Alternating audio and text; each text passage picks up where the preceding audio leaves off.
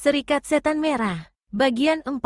Gentolo menggeleng. Mereka bisa punya 1000 nama, 1000 muka. Ada keanehan yang tidak ku mengerti, kata Wiro seraya garuk-garuk kepala. Orang-orang Serikat Setan Merah berani melakukan kejahatan secara terang-terangan. Gentayangan di siang bolong. Apa betul aparat Kadipaten tidak mengetahui hal macam begini? Bahkan seharusnya sudah sampai ke Kota Raja. Memang sebelumnya pernah ada 2 kali serombongan pasukan dari Kota Raja melakukan pengejaran dan penyergapan. Tapi orang-orang Serikat Setan Merah cepat sekali menghilang sebelum pasukan sampai, menjelaskan Gentolo. Kemala berpaling pada Wiro dan berkata, kita harus mengurus mayat-mayat yang malang itu, menolong penduduk yang cedera. Hanya kita berdua, apa kau kira kita bakalan sanggup melakukan itu? Ujar Wiro. Gentolo, kau harus menolong memanggil penduduk yang kabur. Mereka harus kembali kemari untuk membantu kami, berkata Kemala. Lalu tangan lelaki muda bernama Gentolo itu ditariknya, disuruhnya berdiri. Wiro, kata Kemala menyebut nama sang pendekar untuk pertama kalinya. Salah seorang lelaki berpakaian merah yang kita temui di bukit mengatakan tentang pertemuan hari kelima bulan kelima di Bukit Batu Merah. Aku memutuskan untuk datang ke sana. Aku bersumpah untuk membasmi manusia-manusia laknat itu. Aku bersumpah menghancurkan Serikat Setan Merah sampai ke akar-akarnya. Kemala mengepalkan tangan kanannya dan meninju-ninjukan ke telapak tangan kirinya. Kalau begitu, aku pun ikut bersumpah sepertimu, ujar Wiro seraya mengangkat tangan kanannya ke atas. Lalu dia melanjutkan ucapannya, tapi sebelum segala sumpah dilaksanakan, sebaiknya kau tukar dulu baju merahmu itu. Semua orang ketakutan melihatmu karena menyangka kau anggota Serikat Setan Merah. Kecuali aku, hahaha. Adalah tolol kalau takut melihat gadis secantik dirimu, hahaha. Jilid 7. Adipati Surokenanga duduk mendengarkan apa yang disampaikan pembantunya bernama Marto Biru itu, lalu menganggukkan kepala dan berkata, aku membenarkan apa yang kau lakukan itu, Marto. Jika tidak begitu, keadaan bisa berbahaya bagi kita. Harap kau memberitahu pada kawan-kawan agar mereka memasang telinga, merentang mata, menyirap kabar atau gerakan apa saja yang sewaktu-waktu bisa terjadi. Akan saya lakukan, Adipati. Selanjutnya, perlu juga saya beritahukan. Cukup sampai di sini dulu, Marto. Ada orang datang, memotong Surokenanga. Marto Biru berdiri dari kursi, lalu meninggalkan serambi depan Kadipaten Solotigo yang berlantai batu marmer mengkilap itu. Sesaat sang Adipati masih tetap duduk di kursinya, memperhatikan 2 penunggang kuda menambatkan tunggangan masing-masing, lalu berbicara dengan seorang pengawal. Pengawal ini kemudian mengantarkan kedua tamu tersebut menuju gedung Kadipaten. Surokenanga tidak mengenali kedua tamunya.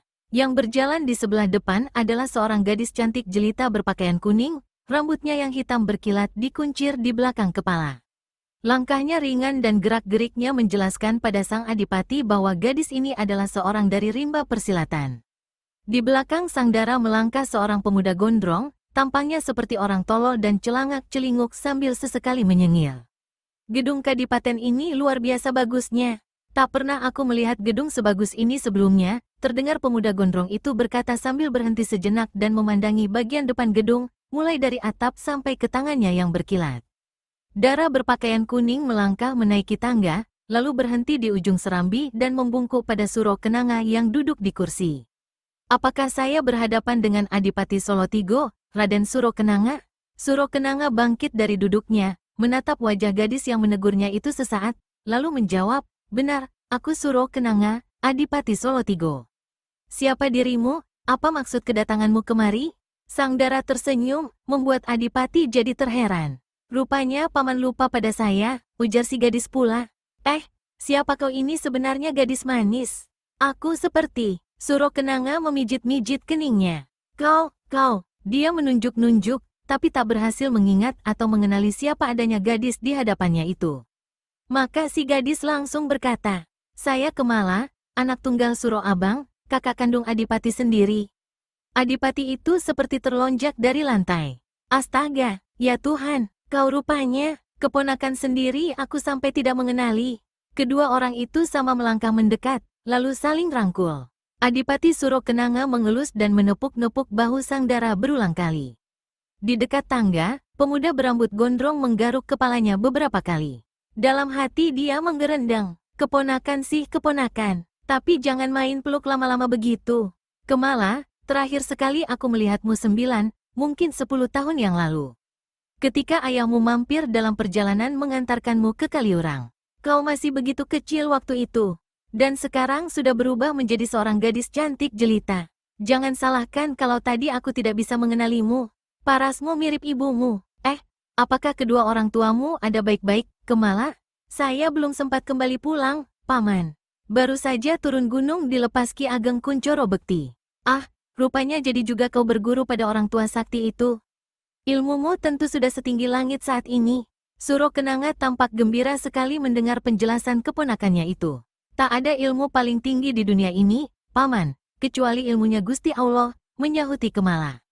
Bagus, aku suka mendengar ucapanmu itu, bukan saja kau memperlihatkan kerendahan hati dan ketinggian budi.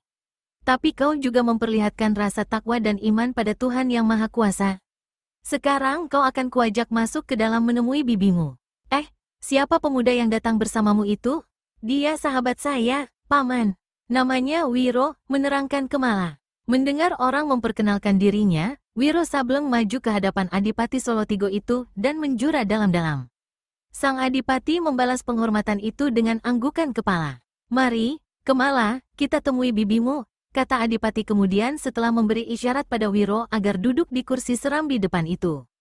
Sambil melangkah, Kemala berkata, dalam perjalanan kemari kami menemui malapetaka besar menimpa sebuah desa di selatan Solotigo. Adipati Suro Kenanga meraba dagunya dan hentikan langkah. Malapetaka apa maksudmu? Bencana alam? Bukan, Paman. Desa itu, Desa Kalimukus, diserbu perampok. Rumah penduduk dibakari, mereka bukan saja dijarah harta bendanya, tapi juga dibunuh. Kepala desa bersama 2 pembantunya digantung secara keji. Para penjahat itu juga menculik anak gadis dan istri orang. Desa Kalimukus berada dalam wilayah Kadipaten Solotigo, ujar Suro Kenanga pula. Bagaimana mungkin tidak ada satu orang aparatku pun yang datang memberikan laporan? Kurang ajar, ada yang tidak beres. Perampok-perampok memang banyak merajalela akhir-akhir ini di seluruh wilayah selatan. Malah mereka berani muncul di sekitar kota raja. Tapi mereka bukan perampok-perampok biasa, Paman. Maksudmu, Kemala? Tanya Suro Kenanga. Mereka adalah penjahat-penjahat yang selalu muncul dengan pakaian seragam merah. Mereka tergabung dalam komplotan yang dinamakan Serikat Setan Merah dan mereka berani muncul secara terang-terangan. Saya dan sahabat saya bahkan sempat bertemu dengan beberapa orang di antara mereka. Kalau saat itu saya tahu bahwa mereka adalah manusia-manusia biadab sebuas apa yang mereka lakukan terhadap penduduk Kalimukus, saya tak akan memberi kesempatan hidup pada mereka. Adipati Suro Kenanga menghela napas panjang. Nama Serikat Setan Merah memang sudah sejak beberapa bulan ini aku dengar. Pasukan Kadipaten, bahkan serombongan dari kota raja pernah mengejar dan mengepung mereka. Tapi mereka berhasil meloloskan diri. Itu satu pertanda bahwa mereka mempunyai jaringan yang rapi, mempunyai mata-mata di mana-mana. Orang-orang seperti kita harus dapat menangkap pemimpinnya dan membawanya ke tiang gantungan atau mencincangnya di hadapan rakyat banyak. Adipati Suro Kenanga tersenyum. Sambil memegang bahu keponakannya dia berkata, aku bangga punya keponakan yang bicara dan punya jiwa besar sepertimu, Kemala. Darah ksatria sudah benar-benar mengalir dalam tubuhmu. Tapi ketahuilah, kedatanganmu kemari adalah untuk bergembira karena sekian tahun kita tak pernah bertemu. Selanjutnya kau harus cepat-cepat menuju ke Jaten, menemui kedua orang tuamu. Sejak ayahmu mampir 9 tahun lalu di sini, dia belum pernah datang lagi. Kau harus cepat-cepat menemui mereka. Ayah ibumu pasti sudah sangat rindu padamu. Memang benar kata Paman, saya harus cepat-cepat kembali ke Kejaten. Tapi ada satu hal yang akan saya lakukan sebelum pulang. Apa pula itu, Kemala? Apa yang hendak kau lakukan? Bertanya Suro Kenanga. Ada kabar rahasia bahwa pada hari kelima bulan 5 Serikat Setan Merah akan mengadakan pertemuan besar di Bukit Batu Merah. Saya dan sahabat saya itu akan muncul di sana. Saya yakin banyak para pendekar golongan putih yang juga akan muncul di sana. Jika kau muncul di sana, apa yang akan kau lakukan, Kemala? Saya akan mengobrak-abrik pertemuan itu, menangkap pimpinan mereka, menyerahkannya pada kerajaan. Kalau tidak mungkin menangkapnya hidup-hidup, maka akan saya cincang di situ juga. Anak hebat, memuji Suro Kenanga. Tapi kau harus berpikir panjang dan hati-hati, keponakanku. Jika Serikat Setan Merah adalah satu komplotan besar, berarti mereka mempunyai orang-orang cabang atas yang memiliki kepandaian tinggi. Dan jumlah mereka pasti tidak sedikit. Jika keteranganmu itu betul, biar urusan Serikat Setan Merah itu serahkan saja padaku. Suro Kenanga lalu melirik ke arah Wiro, lalu bertanya, Kemala, apakah temanmu yang seperti orang tolol dan sebentar-sebentar menggaruk kepala itu adalah juga orang persilatan? Kemala mengangguk, tampang dan geriknya memang begitu, Paman. Tapi dia bukan pemuda sembarangan. Paman pernah mendengar seorang bergelar pendekar kapak maut naga geni 212? Dialah orangnya. Paras Adipati Solotigo itu tampak berubah. Lalu dia tersenyum. Kemala, lupakan dulu segala macam urusan dengan Serikat Setan Merah itu. Mari temui bibimu. Jilid 8. Karena sahabat dari Kemala, maka malam itu Wiro diberikan sebuah kamar yang bagus di sebuah bangunan berbentuk joglo kecil di halaman belakang gedung Kadipaten. Dasar orang rimba persilatan, pendekar itu merasa risih tidur di dalam kamar tersebut. Sepanjang malam dia tak bisa memejamkan mata. Lampu minyak dipadamkannya, namun tetap saja dia tak bisa tidur. Akhirnya, diam-diam sang pendekar keluar dari kamar. Keluarnya pun tidak lewat pintu, melainkan melalui jendela. Saat itu lewat tengah malam. Udara di luar dingin. Pendekar 212 duduk di sebuah bangku batu yang terletak dalam taman kecil di belakang gedung. Seluruh gedung diselimuti kesunyian dan gelap. Wiro duduk mendekam seperti patung batu. Ketika dia hendak bangkit berdiri untuk masuk kembali ke dalam kamar, saat itulah dia melihat ada dua bayangan manusia muncul dari balik tembok belakang, lalu melompat masuk ke dalam halaman belakang gedung. Meskipun tempat sekitar situ gelap, Wiro dapat melihat kedua orang yang menyelinap masuk itu mengenakan pakaian dan ikat kepala merah. Anggota-anggota Serikat Setan Merah, desis Wiro, tak pelak lagi. Berani benar mereka menyusup ke tempat kediaman Adipati. Mau merampok, heran, mana pengawal gedung? Tak satu pun kelihatan batang hidungnya. Dua bedebah ini harus dibekuk hidup-hidup, biar diketahui siapa dedengkot mereka. Tapi sebelum dibekuk, biar ku hajar dulu sampai babak belur. Wiro segera bergerak bangkit, menyusup ke tempat yang lebih gelap, memintas gerakan dua orang di sebelah sana dari arah kiri. Tapi gerakan pendekar 212 segera terhenti ketika dilihatnya dua orang berpakaian merah itu melangkah cepat, justru ke arah kamar tidurnya.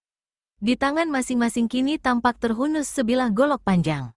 Heh, apa tujuan mereka sebenarnya? Tanya Wiro dalam hati dan terus memperhatikan. Dua penyusup itu tidak menuju ke pintu kamar, melainkan menyelinap ke samping ke arah jendela kamar. Jendela yang memang tidak terkunci itu dengan mudah mereka buka. Keduanya lalu melompat masuk ke dalam kamar. Wiro bergerak cepat ke arah pintu kamar dan menunggu di sana sambil rangkapkan kedua tangan di depan dada. Di dalam kamar terdengar suara, keparat. Kamar ini kosong, kemana perginya manusia itu? Suara lain menyahuti. Sesaat kemudian pintu kamar terbuka, menyusul ucapan orang yang membuka pintu itu dari dalam. Tak mungkin dia pergi begitu saja. Pasti ada di sekitar sini. Aku ada di depanmu, Kisanak. Wiro Sableng yang tegak di depan pintu membuka mulut, membuat orang yang tadi bicara tersentak kaget. Sebelum sempat bersurut mundur, satu jotosan mendera mata kanannya. Orang ini melolong kesakitan, tubuhnya seperti dibanting ke belakang lalu roboh di lantai kamar. Goloknya telah lebih dulu berdenterangan jatuh di lantai. Dia tak kuasa berdiri lagi. Matanya sebelah kanan bengkak lebam dan mengucurkan darah. Kawannya, walaupun kaget, tapi bisa cepat menguasai keadaan. Golok panjang di tangannya segera menderu dibabatkan ke arah kepala murid Sinto Gendeng. Wut, sambaran golok deras dan dingin, membuat Wiro terkejut dan sadar si baju merah yang satu ini memiliki kepandaian yang tidak sembarangan. Cepat-cepat dia rundukkan kepala. Begitu senjata lewat berdesir di atas kepalanya, Wiro susupkan satu sodokan ke arah perut penyerang. Namun golok panjang itu tiba-tiba membalik ke bawah, memapas dengan ganas. Edan, maki Wiro. Dia membuang diri ke samping seraya dorongkan tangan kiri, melepaskan pukulan tangan kosong yang disertai tenaga dalam. Orang yang memegang golok tampak tergotai-gontai. Tangannya yang membacok seperti kaku, dan dia berusaha menahan diri dari dorongan keras angin pukulan yang dilepaskan Wiro. Sesaat kemudian, tangan kanannya yang tadi tampak kaku tiba-tiba mampu bergerak kembali. Kini ujung golok ditusukkan ke arah dada Wiro. Ah! Yang satu ini tidak sembarangan, membatin Wiro seraya menggeser kuda-kuda kedua kakinya ke samping, lalu secepat kilat pukulkan tangan kiri untuk menghantam sambungan siku lawan. Ternyata si pemegang golok tidak bodoh. Dia seperti sudah membaca gerakan Wiro. Dengan memutar kedudukan lengannya, maka pukulan Wiro berhasil dikelit. Sebaliknya, golok di tangan kanannya menggelincir ke atas. Kalau tadi menusuk ke arah dada, maka kini bagian ujung dan tajam dari senjata itu melesat menyambar bahu kanan. Bret, bukek. Dua suara itu disusul dengan suara berkerontangannya golok jatuh ke lantai. Bahu kanan pakaian putih pendekar 212 robek besar. Wiro melompat mundur dengan paras berubah. Terlambat saja dia mengatur gerakan, tidak bahunya pasti akan putus, paling tidak luka parah. Di depannya, orang berbaju merah tampak tersandar ke tiang bangunan sambil pegangi dadanya yang sesak. Dadanya sakit bukan main, mukanya tampak pucat. Dia terbatuk 2 kali, bukan ludah yang keluar, tapi darah yang membersit dari mulutnya. Manusia jahanam, merutuk orang itu. Tiba-tiba kaki kanan bergerak menendang goloknya yang tercampak di lantai. Ini bukan satu tendangan biasa, karena begitu ditendang, golok tersebut mencelat dengan bagian tajamnya melesat lebih dulu ke arah Wiro, tidak beda seperti sebilah tombak yang dilemparkan. Wiro berseru kaget dan marah, membuat lompatan untuk selamatkan diri. Golok menderu lewat, menancap di tiang bangunan. Ketika pendekar 212 hendak mengebrak ke depan, orang berbaju merah itu ternyata sudah melarikan diri melompati tembok. Wiro lepaskan pukulan tangan kosong kunyuk melempar buah. Satu gelombang angin menderu dahsyat menghantam bagian atas tembok hingga hancur berantakan. Tapi orang yang diarah berhasil meloloskan diri dan lenyap dalam kegelapan. Apa yang terjadi di sini? Satu bentakan keras menggelegak terdengar. Wiro berpaling. Yang membentak adalah Adipati Suro Kenanga yang datang bersama 3 orang pengawal. Wiro menggoyangkan kepalanya ke arah lelaki berpakaian merah yang menggeletak di lantai dengan mata kanan mengucurkan darah. 2 anggota Serikat Setan Merah berusaha menyusup ke sini, menjelaskan Wiro. Lalu dia membungkuk dan menarik kaki orang itu, menyeretnya keluar kamar yang lebih terang agar sang adipati dapat melihat lebih jelas. Kurang ajar, benar-benar berani mampus, rutuk Suro Kenanga marah. Manusia seperti ini tidak pantas dibiarkan hidup. Lalu tiba-tiba sekali sang adipati merampas tombak yang berada dalam genggaman salah seorang pengawalnya. Tunggu, jangan dibunuh dulu, seru Wiro mencegah. Tapi tombak itu sudah dihunjamkan oleh Adipati Solotigo ke dada lelaki yang terkapar di lantai. Tepat di arah jantungnya, orang ini membeliakkan matanya besar-besar, lalu nyawanya putus, tiada suara keluar dari mulutnya. Sayang, kata Wiro berulang kali seraya garuk-garuk kepalanya. Kalau saja dia bisa dibiarkan hidup sesaat, pasti bisa dikorek keterangan di mana markas mereka dan siapa pemimpin mereka.